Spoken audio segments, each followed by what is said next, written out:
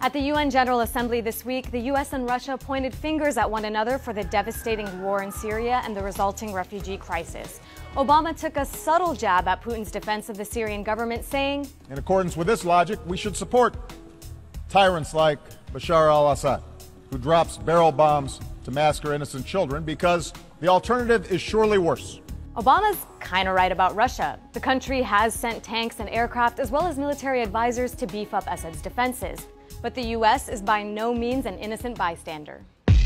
Weapons the U.S. supplied to rebel opposition groups in Syria have inadvertently ended up in the hands of al-Qaeda. And in Iraq, weapons meant for the Iraqi army ended up in the hands of ISIS. In fact, the U.S. happens to be the biggest arms supplier in the world. The U.S. has supplied countries like Israel, Saudi Arabia, and Egypt with complex weapon systems, even as their governments have been blamed for committing human rights abuses with those weapons. The thing is, the weapons industry is big business, worth $85 billion worldwide. U.S. companies, including Lockheed Martin and Boeing, sold more than $23.7 billion in arms last year to nearly 100 different countries.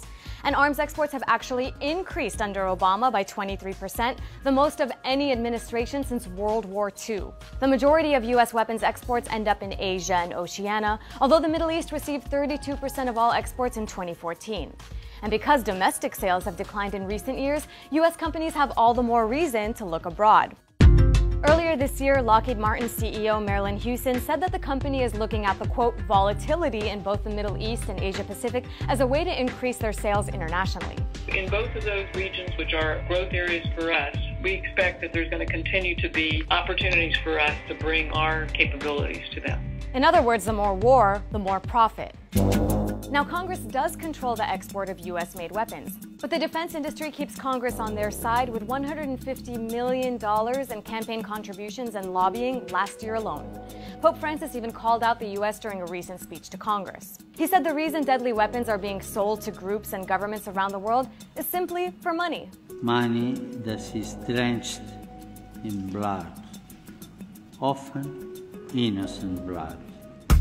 So is the business of war worth the profit when you consider the human cost?